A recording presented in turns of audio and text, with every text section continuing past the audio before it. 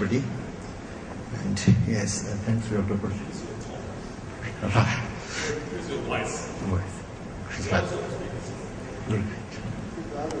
I will loud. Yeah, I can shout a big shout. Yes, sure. Good afternoon, everybody. I think you can hear me at the end. Yeah. Yes, thank you. Right. Thanks, Dr. Prasad, for having given such a global view of where the vaccine market is going. And yes, it really is a very exciting time, and I think it's the time for us to catch and make maximum of it.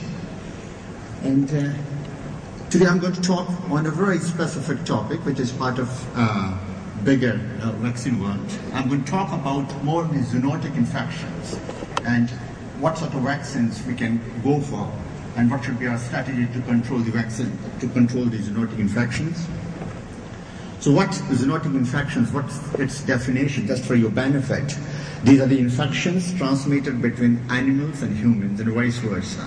And the list, this is just to give you an example, but it's a long list. And if you think of 75% of human infections have origin in animals. So this highlights the importance of zoonotic infections. Today I'm going to reserve my talk specifically on foodborne pathogens. And there are a few animal species which, when infected with those organisms, do not show any overt clinical signs, but are silent carriers of those infections. And here are a few examples. The E. coli 157, which is one of the major serotypes that causes serious problems in humans. Campylobacteriosis, salmonellosis. These are very classical sort of symptoms one gets if one contracts these diseases from these animals. I just want to give you a little snapshot why these foodborne infections are important. Over the last couple of decades, there has been a sea change in how the farming practices are working. This is just to give you an example. This is to show you a broiler. It takes around 4 to 6 weeks for this little chick to reach to this final stage. And probably it takes longer for a pumpkin in my granny's garden to grow to this, and it takes more than 6 weeks. And look at the scale. This is done totally in a mechanized, if you see, you must have seen a poultry farm, bigger units. It's a crazy scene when you see.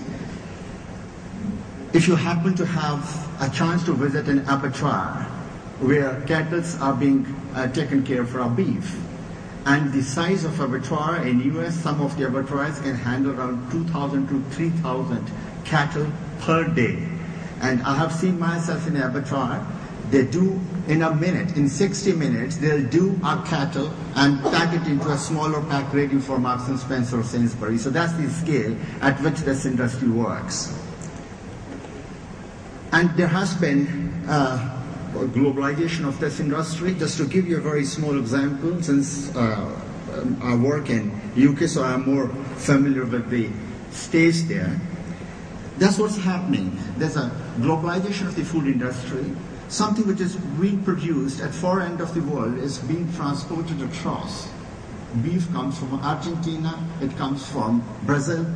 The lamb, it comes from certain seasons, it comes from New Zealand, it comes from Australia. Shrimp comes from certain parts of the Far East. So that's where our food supplies are coming. So it's completely globalized. So where it has got an implication. Now if we have a situation that something goes wrong somewhere far end in the world, we are bound to get a hit. That's how the food industry is working. And the way our lifestyles are changing, I'm afraid this is going to be more and more intensive way how things will be working. So there is a huge importance of foodborne infections that you can contract if the food is contaminated. If the animals are infected, then that's how this cascade will start.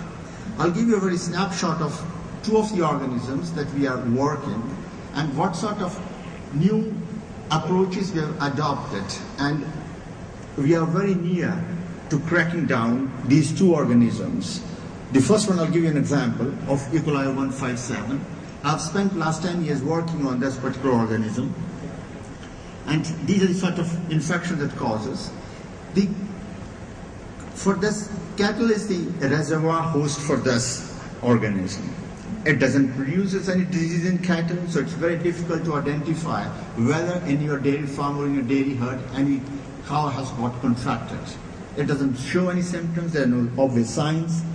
One way how E. coli 157 got baptized the name Big Mac burger, there was a couple of years back, there was an outbreak in Seattle, and there was a huge outbreak, a lot of people died, and this was traced back, and the source of infection was that the burger somebody used it in, probably I won't say the name of the food chain, that's obvious, but then people used contaminated burgers, and since then this organism is also infamously famous as hamburger bug or burger bug.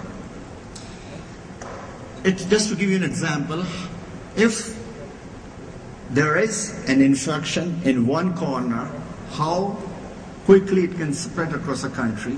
This is one particular example from 2006. There was a big outbreak of E. coli 157 in States. And how it started, it was a spinach farm somewhere that was supplying spinach to all those big stores around. And the spinach,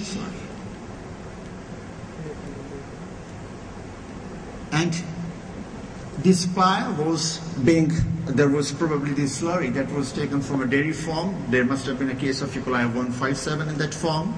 So with the slurry, the spinach got contaminated with E. coli 157. It started with one